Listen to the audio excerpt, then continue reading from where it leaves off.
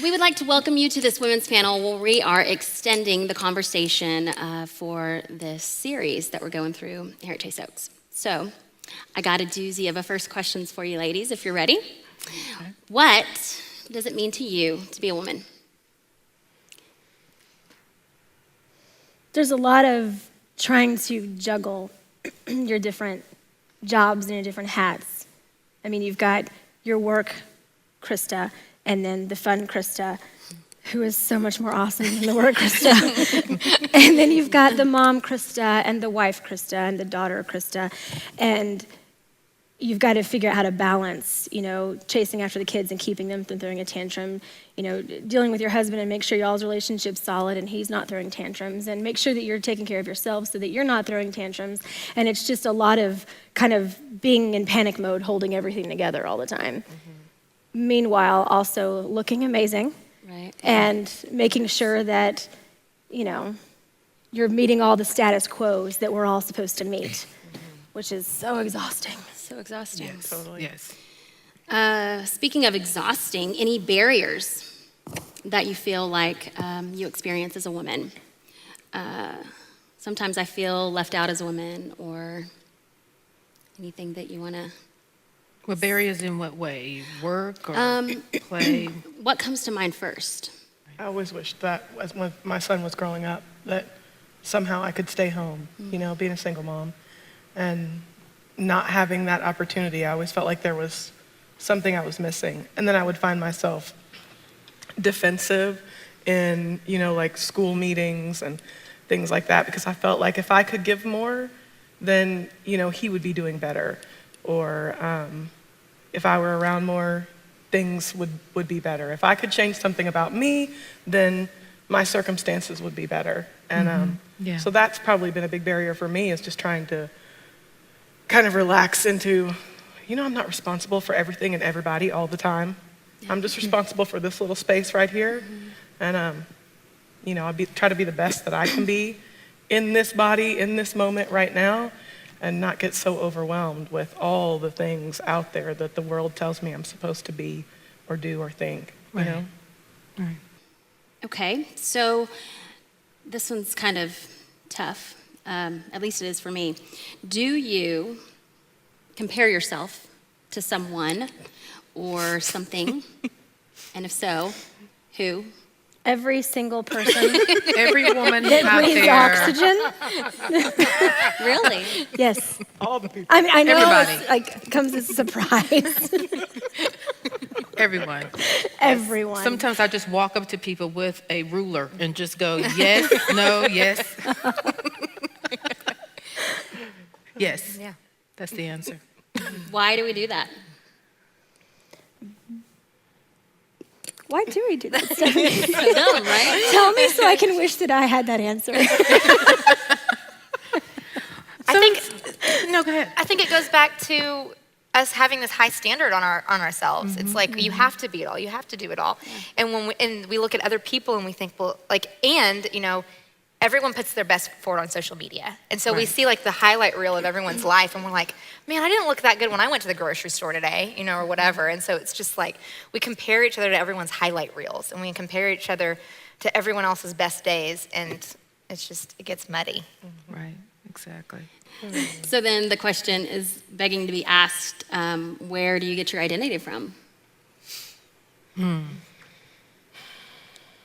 feel like that's probably the toughest question. I know that my identity is in Jesus because, he died for me, and that's a pretty tremendous gift. And you're at church. And we're at church, and we believe. That's such a holy answer. Well, right, that's like the right answer. Yeah, but what's the real answer? The real answer is that every day it changes, Yeah. Sometimes my identity isn't the thing that makes me feel the best at the moment, So, leading worship is amazing. I find an identity in that. Sometimes it's in being a mom. Sometimes it's in the things that I'm probably have the most shame about. And those are typically the times in my life where I'm not doing the best,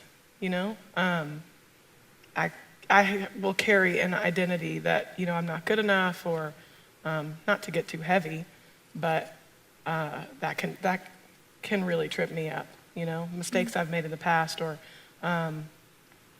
even if like I had a conflict with my son this morning, and then, you know, so throughout the morning until I could find some resolution, I kind of was living in the place of, I'm just an angry psycho, you know?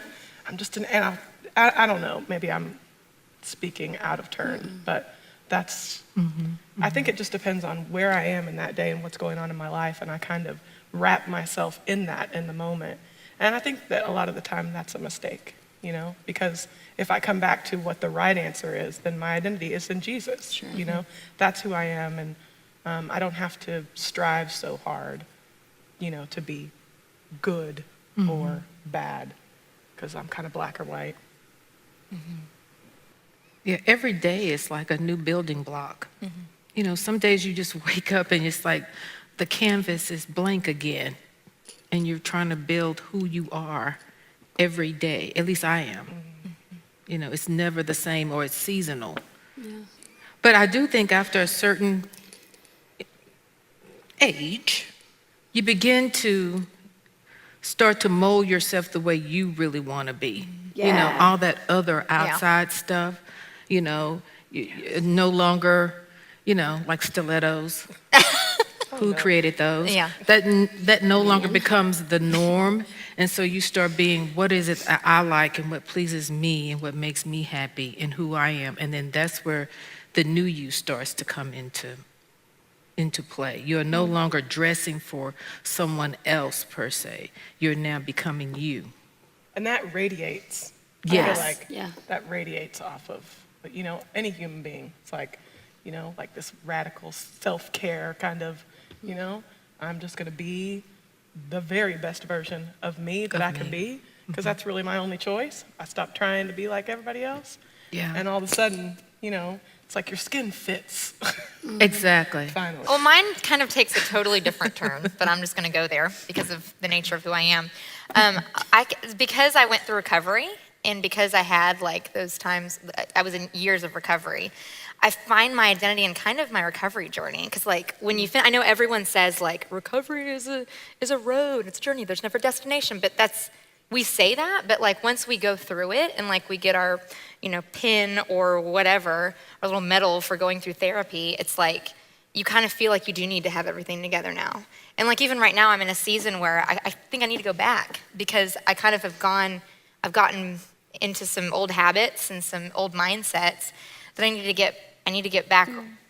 And so it's like, for me, my identity can kind of come from where am I in my depression scale today? Or where am I on my recovery today? Am I like at the end of therapy, or am I at like the first session again? And so I think that like for me, and like deep down, I know my identity is in Jesus, but like, and that's great when I'm doing my devos every morning. But then when I start slipping into, I don't have the strength or the mind, the focus to do my devotions this morning, then I start getting into this recovery thing. And so it's kind of a different spin on it, but I think that's where I find myself a lot lately, is where am I, and am I depressed? Am I not depressed? Do I need to be in recovery again? Do I not?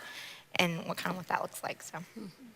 My my answer is kind of a spin off of your spin off, where I know that my identity is in Christ, but I place mine a lot in my husband. And I mean, we're not all married, you know, but for me, it's kind of if he's happy with me, then and this is nothing that he's said to me. This is nothing that he's put on me, but it's coming out of a place of I want to make him happy. I want to, so I probably need some recovery for my codependency. However, that's another day. But for me, I'm completely being honest here that my identity most of the time comes from Dre Pavey.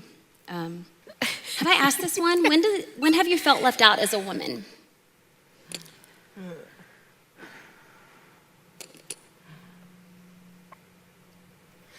Sometimes I feel left out as a single woman, you know, like, you know, people feel sorry for you or something, and that can kind of suck. Yeah. Yeah. Or I've felt sorry for myself, which probably sucks worse. But yeah, I think that especially like in church environments, I mean, we live in the South and everybody's married, It's, at least it feels that way. It feels So, that way. sometimes it can just be, I don't know, like I'm on my own team, So that is one. Yeah. Yeah. I want to answer that. Okay. Yes. I have an atypical child, and so it's been super lonely with him and being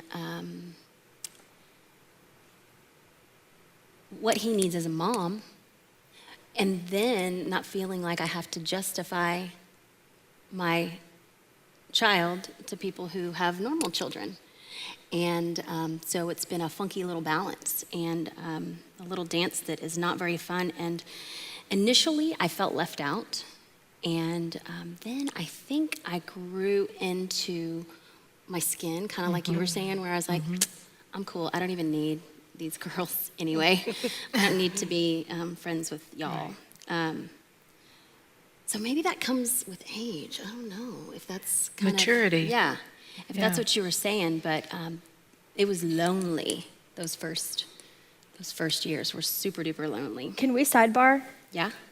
Can you explain what atypical child means? Yeah. So that I can understand more? Yeah. So I've got a son that has Asperger's, Oh, okay. Okay. and so it's not. He looks super normal, and he's really handsome, by the way.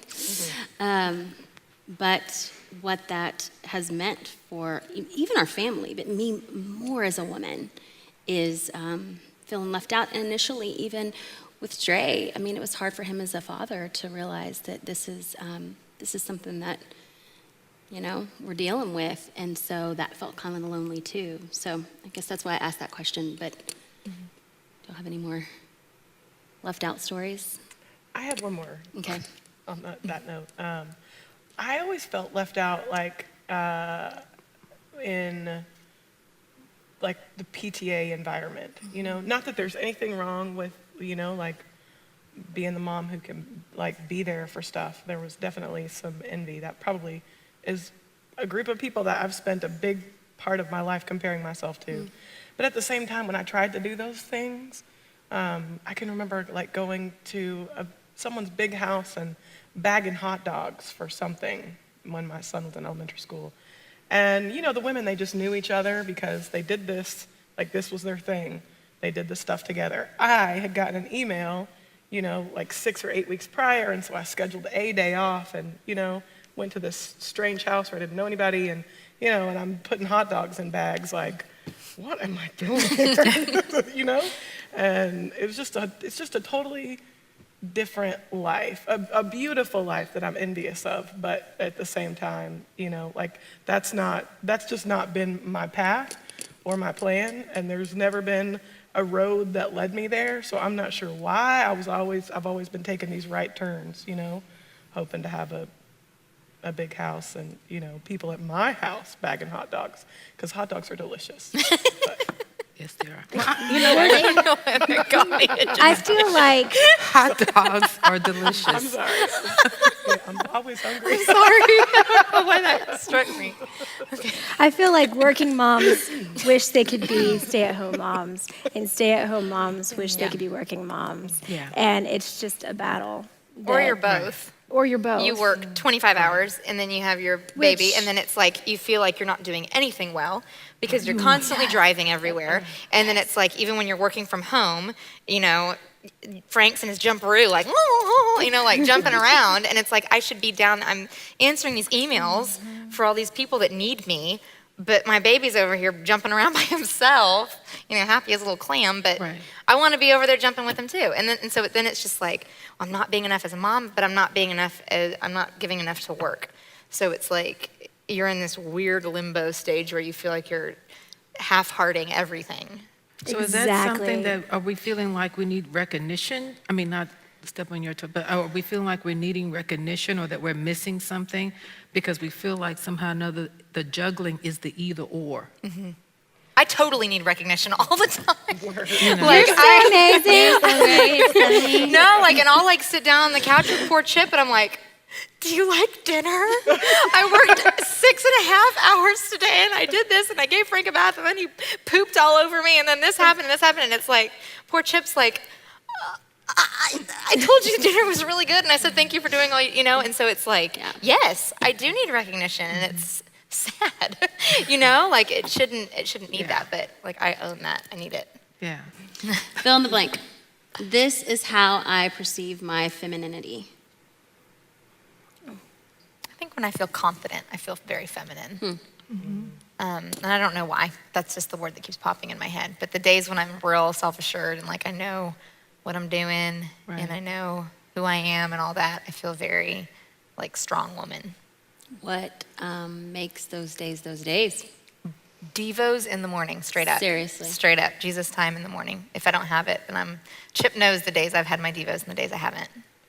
It's shocking and frightening. Is the church paying you extra to say that? No, I mean, that's straight up. 2 or 3 times. Straight up. Yeah, it's like 2 or 3 Straight up. times. That was good. It's true.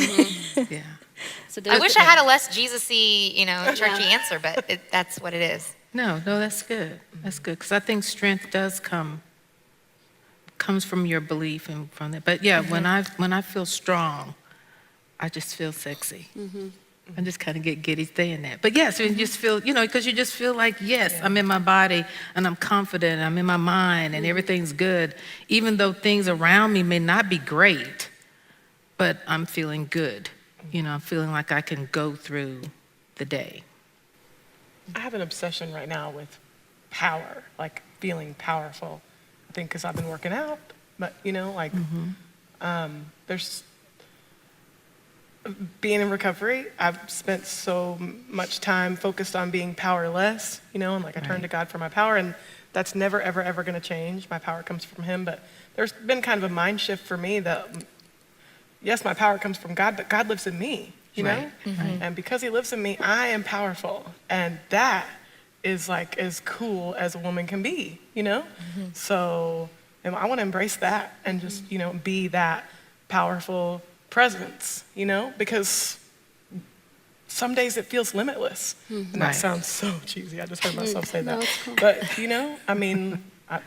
I feel like there's no boundaries as long as I'm constantly recognizing that there's a power in me that created the whole universe, and set the world on fire,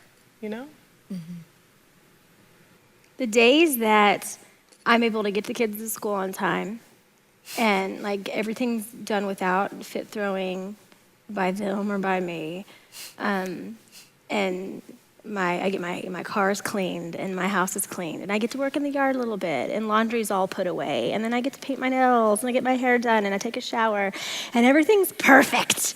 Those are the days that I feel feminine. It's like once a year that day actually happens. Carol, who are you really? Oh, do you want me to really say? Yeah. I'm confident. I'm bold. I am vicious. I am dangerous. Ooh.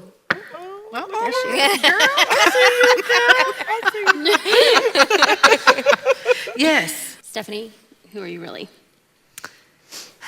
I think compassionate and empathetic, which is just why I do what I do. I care deeply, deeply, deeply about people and what they've been through and what they're going through. And so sometimes that gets the best of me because I get so immersed in other people's hurts. But I care deeply about people, animals, everything. I don't know. I'm so many different things and I can't decide which one's my favorite or my least favorite. So I don't really know. For me, I'm scared. I think that there's days when I remember myself like as the second grader on the bus and the fifth graders are in the back and they're scary back there, and I still think of myself as that second grader. And then I realize, oh my gosh, I'm an adult. I've got a job. I've got a family. And I can't be scared, but I'm totally scared. I'm not where you are with the confidence. I'm so good at faking it, but I'm not there. Yeah. So I just need to hang out with you on Friday. And learn how to fake it until it becomes you. Yeah. Yeah. What about you, Chrissy? Yeah, I think aside from the conductor of the Hot Mess Express, I don't know. That's how I feel sometimes. Like, jump on the crazy train. I am a million things, you know? I mean, I think I identify a lot in being a recovering alcoholic addict. I'm super grateful for what feels like a million years of disgusting baggage that's now like my most valuable asset, you know? Yeah.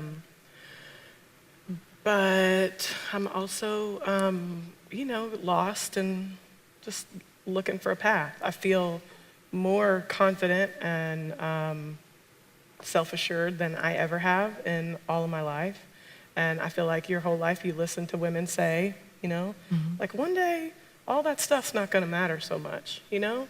And that's finally happening to me. And, Right. and it's like so cool. I just wanna Right. shout it, you know, like one day it won't all matter so much. Right. So I'm that person, and you know, I'm somebody's mom, and I don't know, just I think it's cool to bring. I think it's cool that each of us bring like these ugly things. We have these things that we think we should be ashamed of, but they're really like our most beautiful tools Right. to bond with other people. And once I think I really began to recognize like, okay, that stuff is brilliant in my life, you know, because of the Me Too factor. And so, you know, if the ugly stuff is beautiful and I did the ugly stuff, you know, I think the ugly stuff, I live the ugly stuff, then maybe I'm beautiful too, you know? Right. Then Right. again, I just feel powerful, you know? Girls, what would you say to your younger self? Younger is different to each of us, so think 10 years ago. Don't sweat the small stuff. That girl in the 20s sweating everything. Don't sweat the small stuff. Hold on, girl, breathe, it's gonna get better. It's gonna get better. It doesn't matter what other people think. Don't do it. And Do on everything that note- differently.